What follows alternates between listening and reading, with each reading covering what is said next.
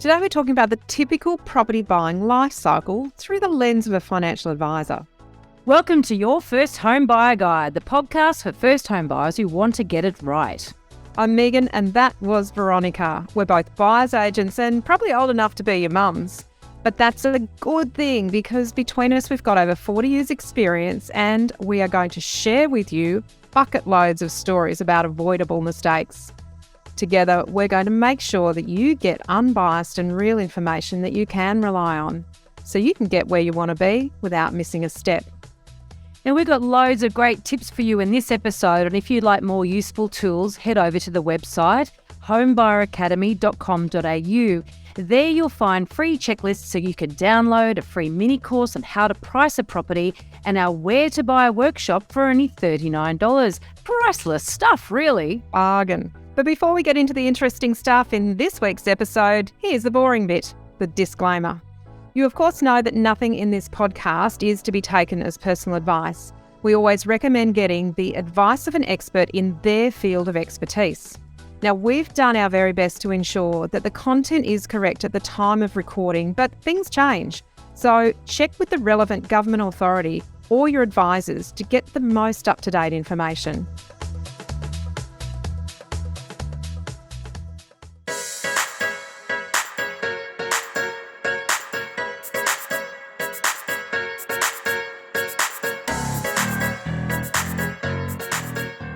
Today we're talking about the property buying life cycle.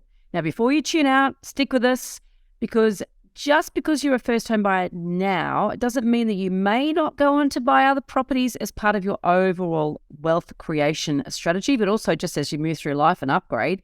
And if you do it right first time, the first property you buy, you will set yourself up for future success. But more on that shortly. Before we get to that, there is a special house in the video behind you this week, Meighan. I know what it is, but do tell. I've just realised that it's cut out the actual bit that's the progress. So this is the renovation progress of the house in Brisbane that I'm desperately looking forward to moving back into. So the deck has been put on, all downstairs, all plastered internally. Deck's been put on, the roof will go on tomorrow. There's absolute action stations there. It's super exciting.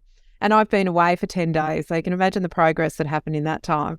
How it is exciting. And the last time we spoke, there was some problems with deliveries of the sheeting for your plasterboard. But now you've got it. So, and this is one of the things that I want to share with people along the journey is, you know, there can be things happen. There's a couple of things that happen. One was trouble with the plasterboard delivery, and then the plasterboard subbies decided to cancel because they couldn't get enough staff. So my builder had to tilt very quickly. He and he got a crew together and they slung the plasterboard, which is the term for actually getting it up on the walls and screwed on. Love it. Then as they sort of were working through that, they found another plasterer who was able to come and do the settings. So, you know, we've all got to just go with what we've got at the moment when things are tight. But yeah, that has managed to come to fruition, which is wonderful. And it really makes the house feel like a home, well, heading towards feeling like a home now that it's got board instead of, you know, the naked framing that we were looking at and kilometres and kilometres of electrical wire that were in there. Now, I did have a little wander through the house a few weeks ago, and yes, there's a lot of wire in that joint. A lot. I like my automation and all those sorts of things, and it was something that I wanted to bring back into this house that I quite enjoyed from my previous home. Ooh, well, it's wonderful to see it take shape. Okay, so property and wealth creation, they really do go hand in hand. Even if you're looking for a home to live in, it plays a very important part in your financial future. And look, that's not to say that one size fits all, Veronica, because no. You know, it's not, and this is a really important thing we want to say up front in this episode is when it comes to building wealth creation or your own wealth, we're not the financial advisors. This is not our gig. And you need to go and get your own independent advice because everyone's got different goals, risk profiles. Everyone's situation is different. But, you know, go and get some advice, get it tailored to your own situation by a licensed financial advisor. But of course, Veronica, you know, some people will think all financial advisors should be the same. You know, they should kind of stick to the same kind of strategy and process, but they don't. and sadly, you can get caught up with the wrong financial advisor. Some ignore property as an asset class. I know. It just does my head in. And, then some recommend brand new. Oh, I know. Everyone knows how we feel about that. Yeah, especially, as a supposedly a wealth creation vehicle. It's mortifying. So the problem is with financial advisors that there's very few of them out there that really know enough about property to be able to guide their clients properly. One of the very rare ones that both Meighan and I have a lot of time for is a fellow by the name of Stuart Wemyss, and he has a podcast called Investopoly. Now he's also got a mortgage broking business. We have interviewed Stuart on the podcast some time ago. Episode 28, we interviewed him. Good on you.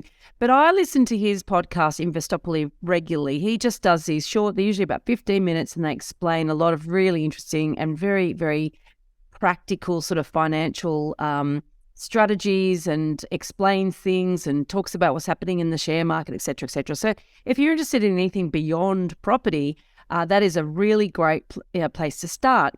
Now, and he's also got two really handy books, Rules of the Lending Game and Investopoly. So yes. a podcast, obviously, same name as the book, but really, really well written, very easy to understand, but certainly not dumbing it down, but written for people, like you and me and people who are listening to this podcast who have an interest, but they know there's probably some gaps in their knowledge, and it really helps you go, oh, so that's why you would do that, or I hadn't really thought about that way, and a very step-by-step approach.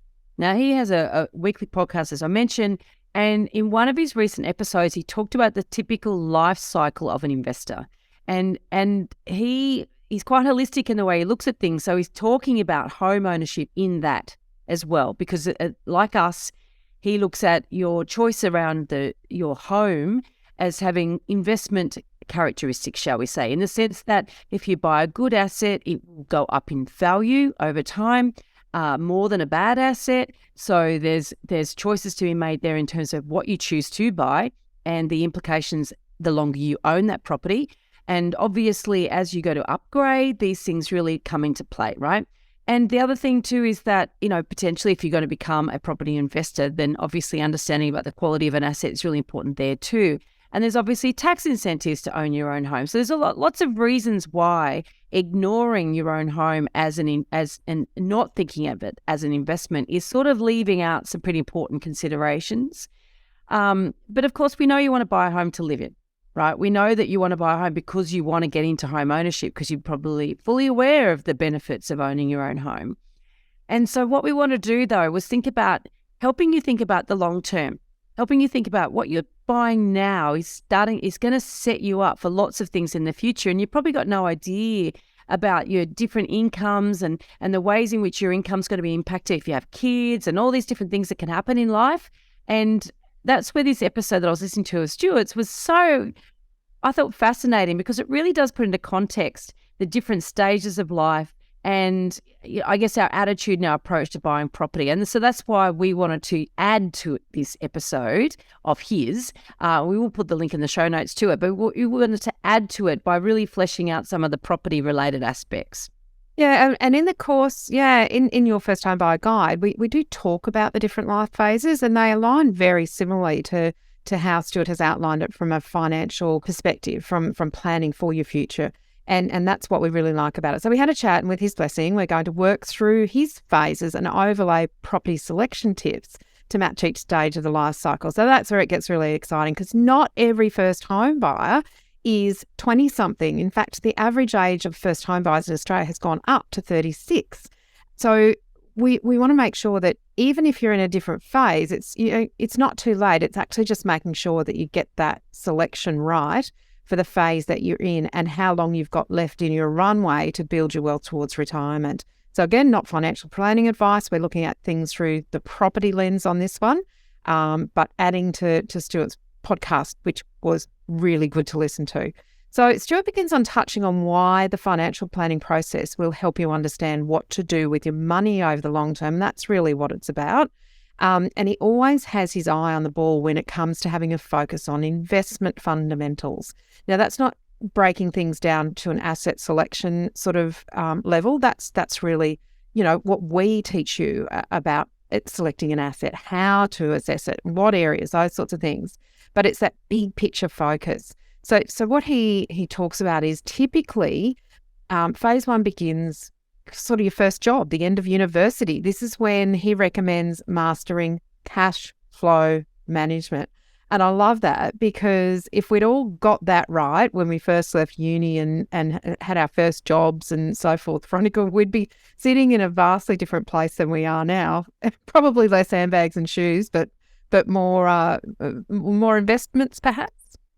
It's funny actually. When I was a uni student, and I worked usually a couple of part-time jobs, and I had a car and I had a credit card as well. And I remember I had this real hard and fast rule. I would never buy food nor fuel on my credit card. Right. Because that was your rule. That was my rule. And, it's funny how, looking back, I think that was actually a pretty good rule, because I wasn't buying my consumables. I was making sure I could afford my lifestyle by making sure that I paid everything out of cash. So therefore credit card might be used to buy a big thing for myself that, it might be a gift for someone or whatever, but like it was used for special things or special items or special costs, not everyday stuff. So then I'd have to pay it down, a bit like a lay-by in reverse. I got it straight away. You know what I mean? Yeah. And then there's other ways of approaching it. So some people use their credit card as their cash and pay it off at the end of the month, but they manage very closely to that budget. So for me, I like to put all of my expenses on a credit card and accrue the points. And that's how I have my holidays. That's what I do now. Yeah, it's paid off. So yes. That's a discipline that I've chosen to have, because I want something at the end for the money that I've spent, apart from what I actually spent the money on. But that takes an absolute bucket load of discipline, and it didn't come easily, and it didn't come until well into my 40s that I felt confident to be able to do that. I had a method that was to put money in different accounts. So I actually had individual accounts. This is in my early 20s, individual accounts. I couldn't touch the savings. I couldn't touch the investment. I couldn't touch the bills. So annualized bills had to go in every month. The only thing I could touch was living and splurge. So that's, and that was a financial advisor actually helped me set that up, because at the time I was actually working, in real estate. And in real estate, you get big chunks of money and then nothing. So it's a really, really lumpy income. And to budget for expenses, you need to be thinking across the entire year, not just, wow, I've just got a big lump of money, forgetting that for the next 2 months, you might not get any, depending on what the market was doing. So that was a really good discipline for me, because it kind of took the money away from me until I developed the good habits. So, and these good habits will serve you well throughout your life. They can be modified and built on, all the rest of it, as we've just sort of given a couple of examples. And as a first home buyer, this is probably where you are now, potentially getting Possibly. Your good money habits in place while you're saving your deposit. If you remember when we interviewed the mortgage broker Hung Choi a few weeks back, and we said, when should a first home buyer contact a mortgage broker? And he said, well, basically, once you've got those habits in place, once you're actually budgeting and you're actually got some good money habits, and then it's worthwhile talking to a broker. If you haven't got your head around that, then it's way too early. But certainly well before you got your deposit saved up. So by getting a good understanding of your cash flow and developing those good habits, you will get a good understanding of what you got left over, the potential to use to invest. Yeah, that's the exciting bit.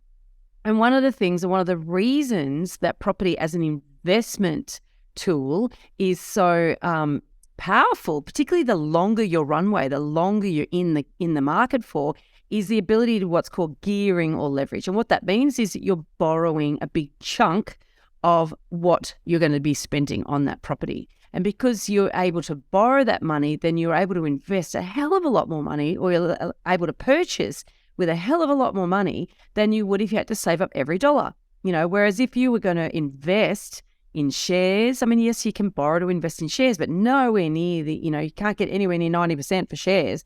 And so the best quality property is the key to generate capital growth. You're going to borrow that money. You want to make sure it goes up in value. So yeah, and this is something that Stuart really, he really brought home in the podcast. His point was the best quality property is the key to generate capital growth.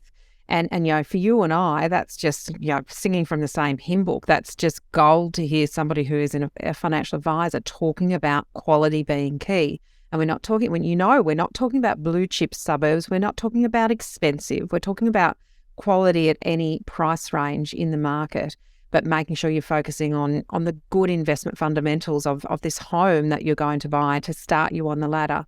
So the types of properties that, generally we find people are looking at this sort of level, they might be single. They may not have coupled up yet.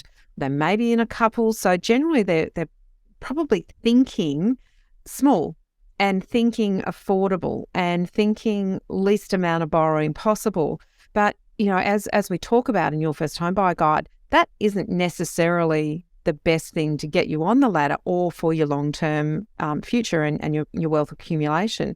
So having a chat with a financial advisor sometimes, and a mortgage broker actually, sometimes will reveal to you that rather than limiting yourself to something that feels comfortable and cheaper, you may actually be better off at this stage if it is financially viable and comfortable from a financial point of view, and you can service it, to look at an asset that costs more but gets you a better quality property for a longer term hold, because the compounding nature of capital growth is the thing that over the long term will help you leverage into the next property or into investment properties. And the longer term hold is really important because the costs of buying property and then the costs of selling property are really quite high. So every time you buy something, you're blowing money on stamp duty. Now, let's assuming you're not grabbing lots of grants and everything, but that's another topic really. But after your first property, you're going to be paying agents to sell it. There's costs in that and marketing, etc. Then you're going to be paying another lot of stamp duty when you buy something. So a lot of the incidental things, moving costs and all that, yeah, all that sort of stuff. So there's saving on buying a cheap property can often be a false economy. But certainly, a lot of our students in your first home buyer guide, they already have kids, right? But you might be in a position where you're starting to look at buying a home before you start a family. And typically your career be progressing, your income's increasing, and possibly if you coupled up, you've got two incomes and you've got very little cost. You don't have kids yet, the daycare and schooling costs, and just the fact that you've got to cut down on one income for a period of time. So you do have a potential for surplus cash flow, and also that your window for borrowing and purchase of a property is, you're in a much stronger position sometimes at that time. Yeah, so you want to take advantage of that. So this is Stuart's second phase in the life cycle of an investor. And what I like about this is it's very identifiable, whether you're on an upward career trajectory or just really getting yourself established or starting to get some promotions. As you say, income is starting to increase, hopefully, and you're really starting to get some runs on the board. But as you pointed out, Veronica, often your expenses are quite discretionary at this age and this phase of life, because if you haven't already got a property, and let's face it, we're talking first home buyers here, so unlikely. So you're looking at rent potentially, utilities, car, and really everything else is largely discretionary. So you have got an ability to have a bit of power over how much you spend versus how much you can squirrel away. And really focus on, well, that's my surplus. And the more that becomes apparent, then the more you can go to a bank and look at your borrowing capacity to say, how close am I to being able to do this based on how I'm managing my spending and how my cash flow is being managed. So we encourage you then to be thinking with a longer lens, right? At that point of time, you might think you want to have children. You're not really going to be thinking about how they might impact your life and certainly your home requirements. You might be thinking that, but you've got to be thinking, okay, this property I buy at this point of time, when I've got more disposable income and more ability to borrow because I've got less costs associated with having children, now's the time I need to push myself and stretch myself a bit, because I may not have the opportunity in coming years to actually get the same level of borrowing. So now's the time to get in and do as much as I can to pay down debt, et cetera, et cetera.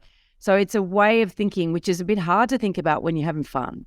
Absolutely. And typically what people start to think is, well, if I might be heading towards a family in the next 5 years or so, we can just start with a 2-bedroom unit and then we'll build from there. But Veronica, and this is where Stuart is really good at helping people think with that longer term lens from their financial point of view. Once those children come along, what he calls this next phase is almost impossible to build wealth during that phase.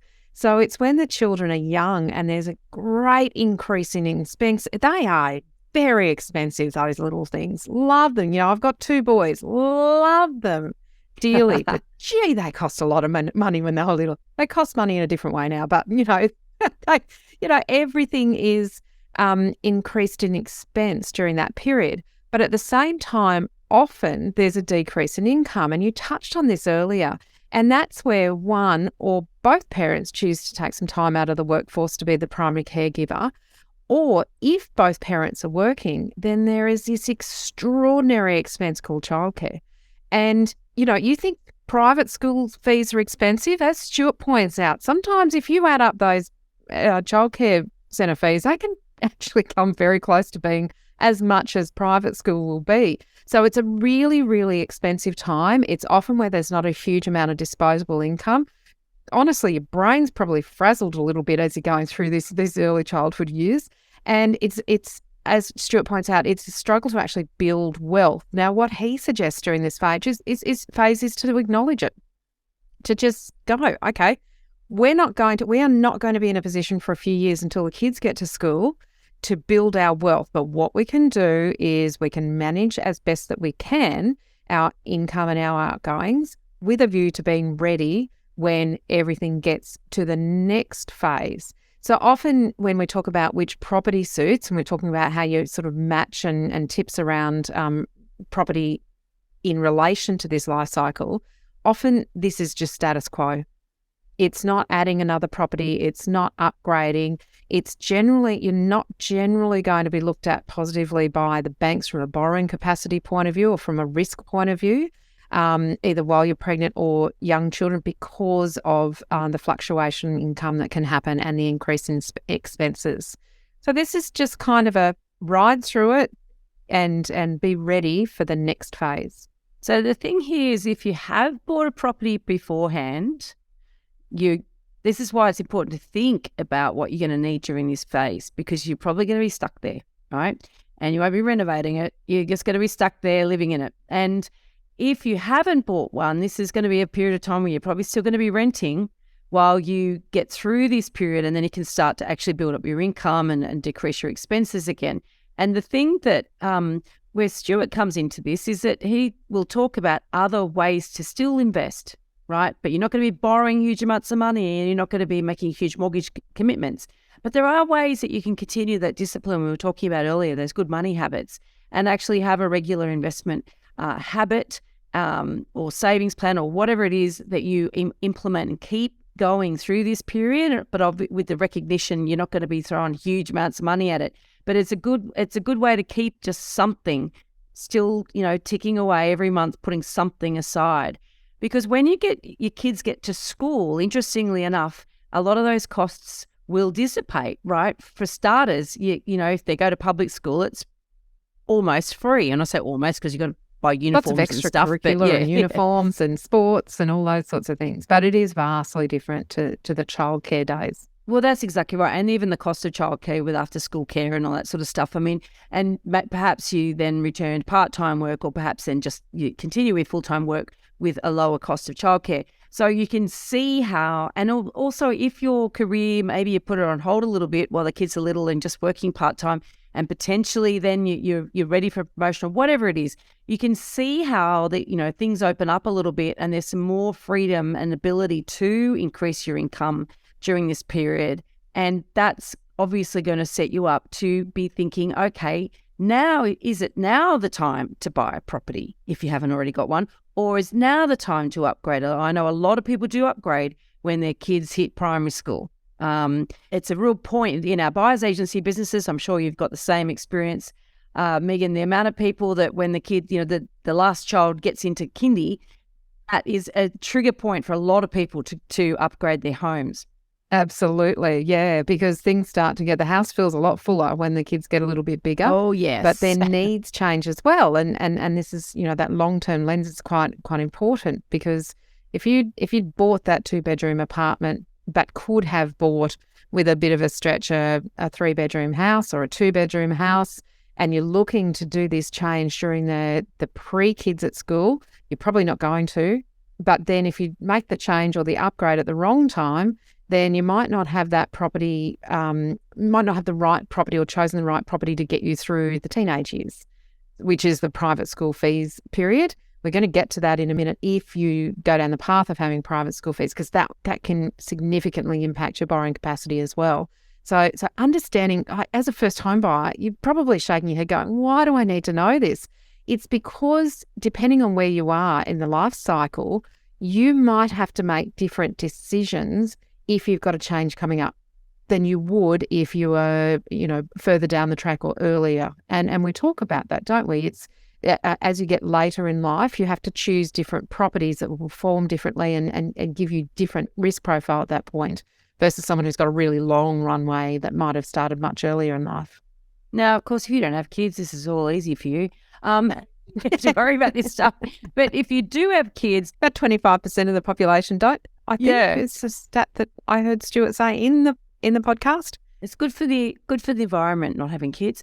So the thing is that if you've got little kids, that preschool age, the requirements are interesting. Everybody wants open plan. Everybody wants to be able to see the garden from the kitchen. Everybody wants a bathtub close to the kitchen, bathroom with a bathtub close to the kitchen. There's certain things that they want all the bedrooms on the same level. There's all these sort of things that people want when they've got preschool kids. Then as the kids start getting into primary school, like Meighan said, when they start getting a little bit bigger, they start getting a bit noisier. They start exercising their own, desires in terms of what they want to do recreationally. You don't always want to keep an eye on them, and you definitely want their television in a separate room to yours. And, so the requirements for space change. And then when they're in high school years, they're going to need more space for study. Bedrooms the people want their kids' bedrooms to be bigger, for example. A separate play area for teenagers if they want to have their friends, their kids bringing their friends home and have some level of, oversight, if you like. But also access to public transport changes when your kids hit teenage years as well. You want those kids commuting to school on their own without you needing to be, mum's taxi, dad's taxi. So this is, this does change the type of property that you will be looking for at different stages of life. So that's why sort of just understanding your cash flows and your income and what other demands are going to be for your finances, because as Meighan sort of alluded to, when you get into high school, and if you do choose to send your kids to private school, you're going to be almost back in the preschool years in terms of less opportunity to upgrade, to do things. So you need to be thinking about what's next, always in that stage of life that you're at where there's more income. Yeah. And do I need to do something sooner before I change this phase, or should I wait this phase out to do something when I move into the next phase? Because those two things, are very, very individual, and making the wrong decision there might put you in the wrong property. So actually waiting sometimes might be better for you, or making that decision earlier might be better. So there's this phase, this kids at school phase. Stuart talks about, it's an investment window. This is where to look at property, to look for growth assets for that compounding capital growth over the long term. He suggests regular share investing as an option, additional super contributions, or adding an investment property if buying your first home is going to be rent vest, or if you have been fortunate to get on that ladder already and you're adding something to your portfolio. So types of properties here, really important to think about. As Veronica said, what is that next phase that we're coming to? Can we, if we want to upgrade in that next phase, can we actually do it, or will our borrowing capacity be impacted? Because let's talk about that. That next phase is that school fees phase, so going to high school, possibly. Some people do public school for junior. That's what I did for primary for the kids. And then private school for high school. Some people go down the path of public high school, but there's still a lot of extracurricular fees that sort of come in, and all sorts of other activities that kids do. So these can actually decrease your borrowing capacity from a bank's point of view, as school fees are actually included in the calculation. So they're an expense when the bank is looking at, well, how much money are we prepared to lend you? Fair enough. They're a lot of money.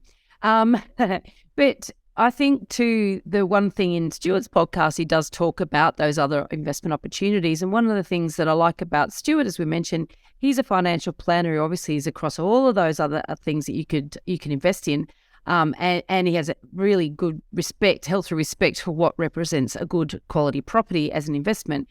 But also from our point of view, whilst we're not equipped and able to give financial advice or even talk about what you should or shouldn't be doing financially, what we do like to say is that property investment is not the be-all and end-all, that it's really important to open your mind to what other opportunities there are. Owning your own home, we just think, is something we should all aspire to if we can. There's lots of reasons why owning your own home is a really good idea, and I guess we're preaching to the converted here. But beyond that, investing is also a good idea. And, what you choose to invest in obviously is down to you and your plans and your incomes as well. And that's where, the Investopoly podcast is really great if you do want to educate yourself into other sides of investing. And certainly he does talk a lot about superannuation in that particular episode and across the board, because this is something we are all working at building up for our financial future, I should say, in much the same way a family home does also help us in retirement, So this is about having a long lens and thinking through all the elements. Yeah, it's the big picture approach. It's not just having blinkers on and saying, I want to buy a house, I have this much money, therefore this is all I can buy. It's saying, well, is this the right time for me to buy it? Is this the right phase in my life? Could I be doing something differently if I waited to the next phase? So, and that's what I really liked about this podcast, Veronica, when you started talking about it, it is about thinking about that long-term view, and maybe the right time isn't now, but it may be just around the corner. And if you know that, then you can have a different mindset around it. It's not that, oh, I haven't bought a house. It's, I know when this thing changes, then my opportunities are going to be greater. I have a plan. Yes, it's difficult, but there's a reason why it's more difficult right now, depending on where you are, particularly if you've got preschoolers. There's a reason for it. It's not going to be like that forever. It won't be. And then I can have a bit of light at the end of the tunnel. I have a great girlfriend who had her children younger than me, and I had a couple. My eldest didn't sleep, and her words of advice, and I think it applies to just about every aspect of life really, is, Meighan, this too shall pass. And I really like that, because with every phase with the children, I think, oh God, this is a bit difficult. This too shall pass. And it always does. And it does. There's a new challenge coming up. And the new challenge comes up. With every new freedom comes a new challenge. If you don't want that, don't have kids. They enrich your life.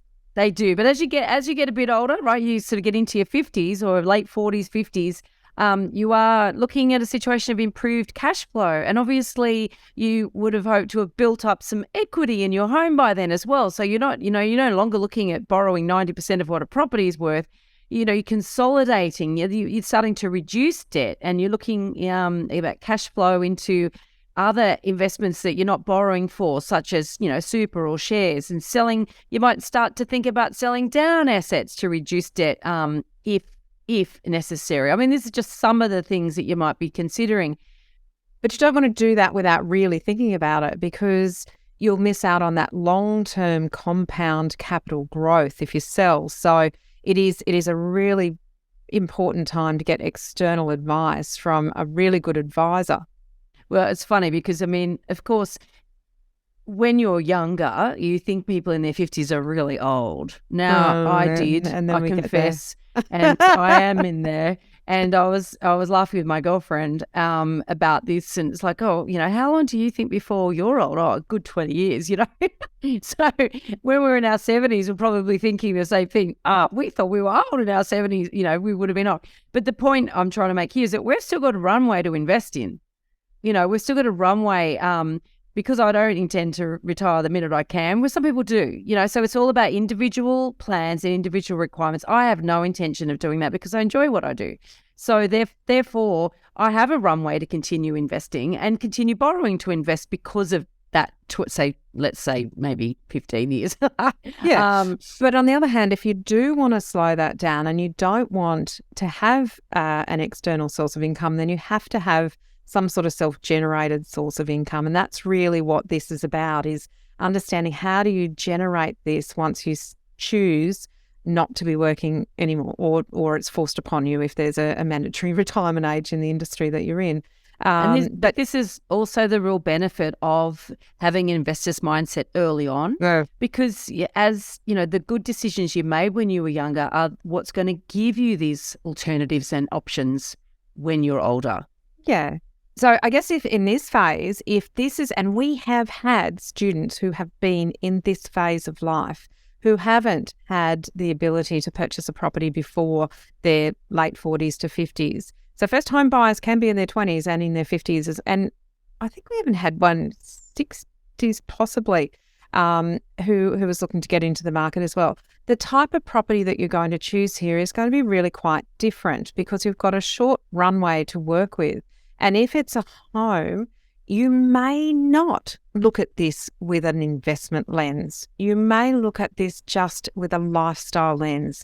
So that's really important to step back from it and think about, well, how long could I be in this and how much capital growth might there be over that time?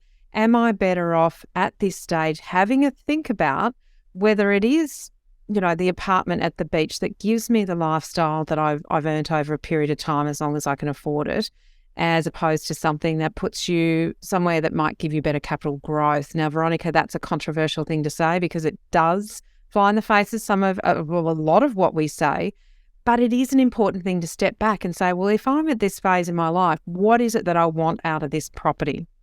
It's also about stretching we say for first home buyers who are younger to really look at stretching yourselves within the parameters of what you can afford. And the reason for that is because you do have this long runway, and it's because also that your needs are going to change and you are going to require, assuming you have kids, you are going to require bigger homes over time. And then by the time you get to over that hump of those kids and finishing school and whatever, you're not going to need the big home anymore.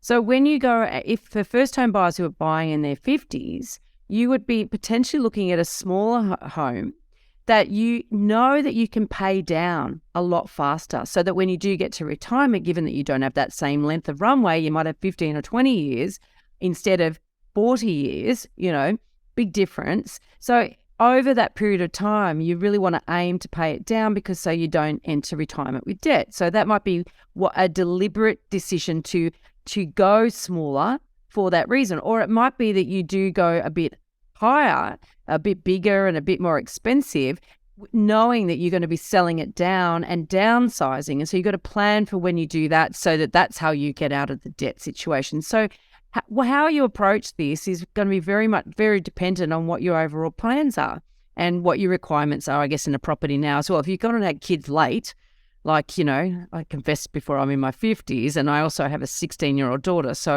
I had obviously had her quite late. That means that my requirements now are very different to somebody who might have had their daughter in their 20s. So, this is all individual, and you know that we're advocates for doing the work, making sure that you work through these things and understand all the elements so that you can make really good decisions and planning around your own situation. But that's something that you need to be considering here is the exit strategy. Either at what point can you really get debt free? Because you don't really, if you can avoid it, want to be going into retirement owning a lot of money on your own home. Yes, yeah. And that's the final phase in Stuart's life cycle, and that is sort of retirement age. Everyone is entitled to super from 60 if they're permanently retired. I think it's 65 if they're still working part-time.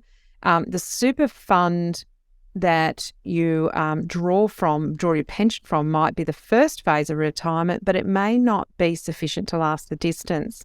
And that's where these other assets start doing the heavy lifting. And this is a really important part of that long-term vision of having the right properties that have done that hard work along the way. They've done that growth. They've had compounding growth over time. And that is just such a magical thing to have along the way. It's not just putting money in the bank and earning a little bit of interest. That's a little bit of compounding, but it's actually leveraging what you can put in to make that pool bigger at the end. And that's where these assets start doing the really heavy lifting, whether that is to live off the income of those or pay or sell them down, divest your assets as you need money. That is entirely within that financial planning space. But that's really where these assets, these property assets that you've accumulated over time, it's not the time to be buying a property if you need to borrow, because you've got no income to show and your borrowing capacity is going to be probably zero. So there you have it. That's thanks to Stuart Wemyss and his investment life cycle that we've just sort of popped in some overlaid some property. We fleshed it out with the property bits, and we hope that that's really helped you get an understanding of, where you might be in your life cycle at the moment, also what you might want to be looking for.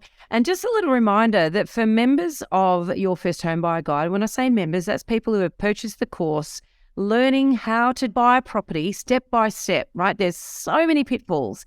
And this course actually teaches you the process and the steps so that you can avoid making those really easy mistakes that many, many buyers make. You don't need to make them. But also we have very recently started what we call our weekly campfire, and that is every Wednesday at lunchtime.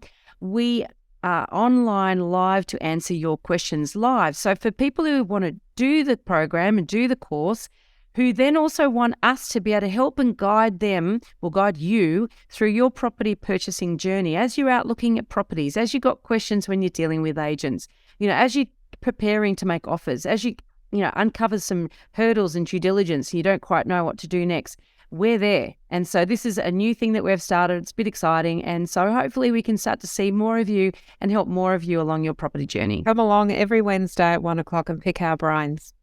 In this episode, we've covered a very small part of our 10-step online course for first home buyers. If you would like to learn more about the process and how to buy without making a mistake, then head over to our website, www.homebuyeracademy.com.au. Don't forget to subscribe to the podcast so you won't miss an episode. And if you like what you've heard today, please give us an iTunes review. 5 stars would be wonderful. It will help others find us as well. Thank you for joining us. We hope you found this really useful. And if you have, please share the love with others who you know are in the same boat. We'll be back next week with some more priceless stuff.